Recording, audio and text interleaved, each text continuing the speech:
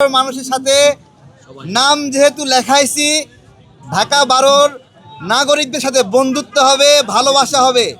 আপনাদের কাছে আসছি এবং এবং হারি বা জিতি, হারলেও কাজ আছে, জিতলেও কাজ আছে। ঢাকা 12-কে আমরা একটি নিরাপদ এলাকা হিসেবে তৈরি করব ইনশাল্লাহ। জিতলেও তৈরি করব, হারলেও তৈরি করব। এখানে যুবকদের জন্য কর্মসংস্থান এবং প্রশিক্ষণের ব্যবস্থা করব।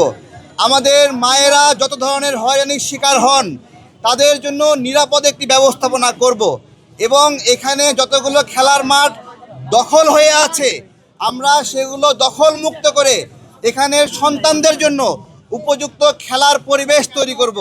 আরও অনেক কথা আছে, হারি বা জিতি, ঢাকা 12-র নাগরিকদের সাথে আমাদের অনেক কাজ আছে ইনশাল্লাহ। নাম লেখাইছি, আপনাদের সাথে আমরা আছি ইনশাল্লাহ। ধন্যবাদ সবাই। বিভাগীয় কমিশনার কি বললেন?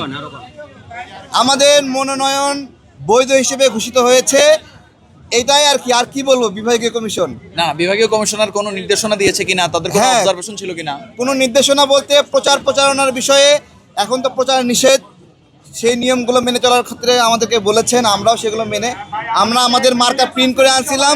এখানে প্রিন্ট করলে আবার প্রচার হয়ে যায়, এই জন্য দেখাচ্ছি না। প্রতীক বরাদ্দের পরবর্তীতে আমরা দেখাবো। আমরা দল হিসেবে প্রজাপতি মার্কা নির্বাচন কমিশনে আমরা সিলেক্ট হয়েছি। প্রতীক বরাদ্দ হলেও সেটাই হবে আমরা ইনশাআল্লাহ, আমরা আশা করছি। ধন্যবাদ সবাইকে।